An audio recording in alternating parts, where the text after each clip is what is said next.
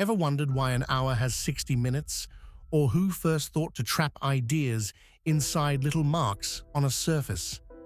Both answers trace back to the same sliver of land between two rivers in what's now Iraq, a place where people were inventing the future while everyone else was still just trying to survive the day. This is the story of Mesopotamia. Somewhere in the middle of it, there's a single invention that quietly rewired what it means to be human. Stay with me. The build-up makes it land. In the beginning, about 12,000 years ago, the last ice age was loosening its grip.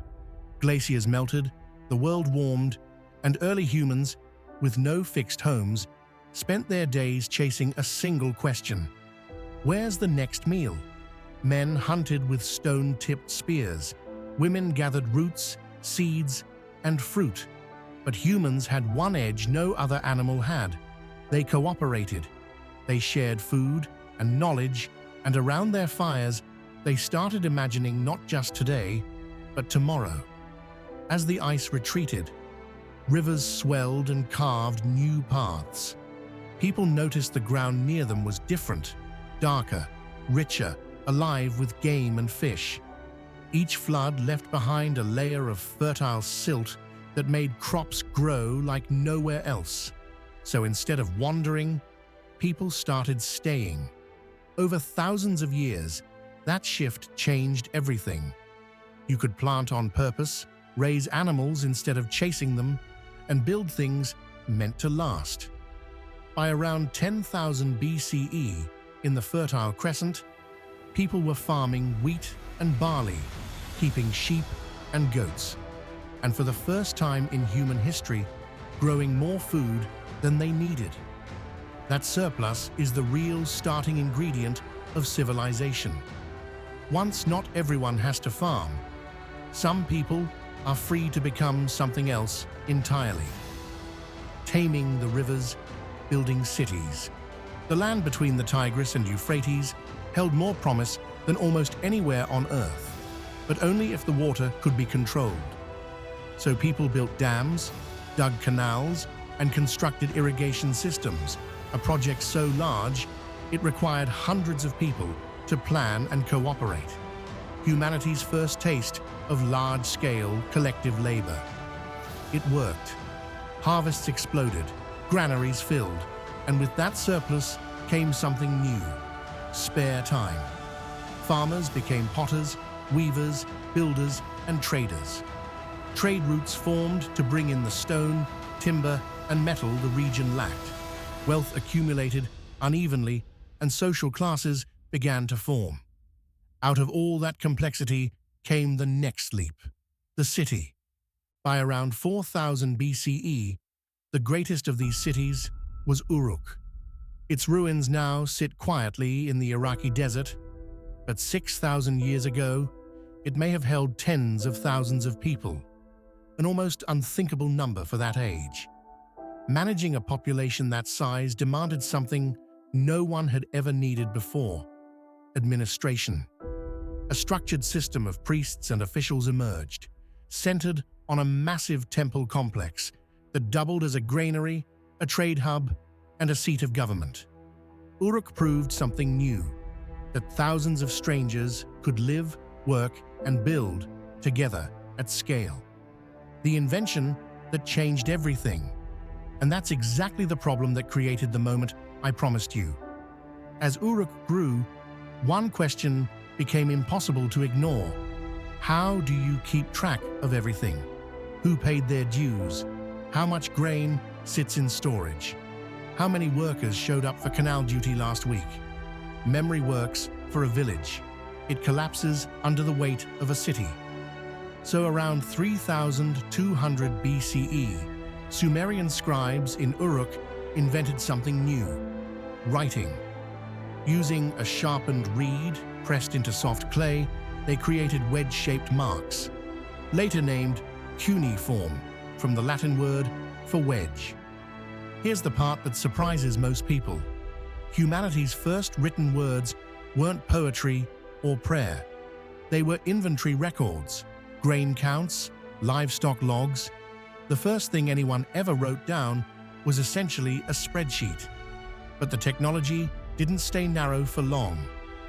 By around 2300 BCE, the priestess and poet Enheduanna was using cuneiform in Ur to capture love, betrayal, and longing. Laws could now be preserved. History could be recorded instead of half remembered. The ceiling on human memory had been broken. And over the next 3,000 years, cuneiform would be adapted to write more than a dozen languages, becoming the shared communication backbone of an entire civilization. Around the same time, another quiet revolution unfolded. The wheel, first used to shape pottery, then attached to carts to move heavy loads with a fraction of the effort. Trade sped up. Harvests moved faster. Between writing and the wheel, the world had fundamentally changed. Gods, empires, and the rule of law. As cities grew, religion held it all together. The Mesopotamians saw a deity behind every force of nature, and each city had its own patron god it needed to keep satisfied. From this belief rose the ziggurat, a massive stepped temple imagined as a bridge between earth and heaven, and also an economic powerhouse controlling land, grain, and labor. If a ruler's authority came from the gods, defying that ruler wasn't just illegal, it was sacrilege. One man was about to use that idea on a scale no one had tried before. By around 2350 BCE, Mesopotamia was splintered among rival city-states in near-constant conflict. Then Sargon of Akkad built a disciplined army, conquered the great Sumerian cities one by one, and did something new. He governed them as a single administrative system, not just a military conquest, installing loyal officials, organizing taxation, and securing trade routes. That blueprint would echo through nearly every empire that followed. His own empire didn't survive more than about 150 years, but the idea outlived him, eventually reaching a once minor city on the Euphrates, Babylon. By the 18th century BCE, King Hammurabi had unified much of Mesopotamia, but his lasting legacy wasn't won on a battlefield. Around 1754 BCE, he had a set of 282 laws carved into a towering stone stele, covering everything from theft and trade to inheritance and divorce, with punishments that famously followed the logic of an eye for an eye. What made it radical wasn't perfect fairness, it had none, and penalties still shifted by social class, but visibility. For the first time, ordinary people could walk up to a public monument and read exactly what the law demanded. This is the moment worth pausing on. Every book you've ever read descends from a scribe, pressing a reed into wet clay in ancient Uruk. The 60-minute hour and the 360 degrees in a circle come from the Sumerians' base 60 number system, and every law published for citizens to read traces back to Hammurabi's stele standing in a Babylonian square. The fall. No civilization escapes its own limits forever. The same irrigation that made Mesopotamia so fertile slowly poisoned it. Centuries of watering in a hot, dry climate left mineral-heavy salt behind in the soil, and fields that once overflowed with grain grew barren. Harvests shrank, instability grew, and wars between rival powers drained the region from within. There was no single catastrophic blow, just centuries of accumulating pressure. The final chapter came from outside. In 539 BCE, Cyrus the Great's Persian Empire conquered the Neo-Babylonian Empire, ending the last native Mesopotamian dynasty. About 2 centuries later, Alexander the Great swept through in turn. Over time, the great cities emptied. The Sumerian language fell silent. Uruk and Ur once the most advanced places on the planet, disappeared beneath centuries of drifting sand. What survived? But civilizations live on through their ideas.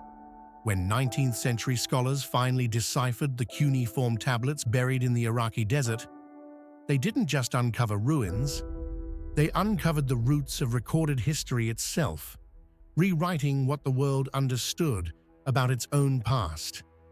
The people of Mesopotamia turned floodwater into canals, mud into cities, and thought into written words. They gave us the first cities, the first written laws, the first literature, the wheel, the concept of empire, and the conviction that knowledge deserves to be recorded and passed forward. Everything that came after was in some sense built on their foundation. So the next time you check a clock, read a page, or hear someone invoke the rule of law, remember it all started on a narrow strip of land between two rivers, where people first decided that merely surviving wasn't enough. That's the story of Mesopotamia. In a real sense, it's the story of all of us.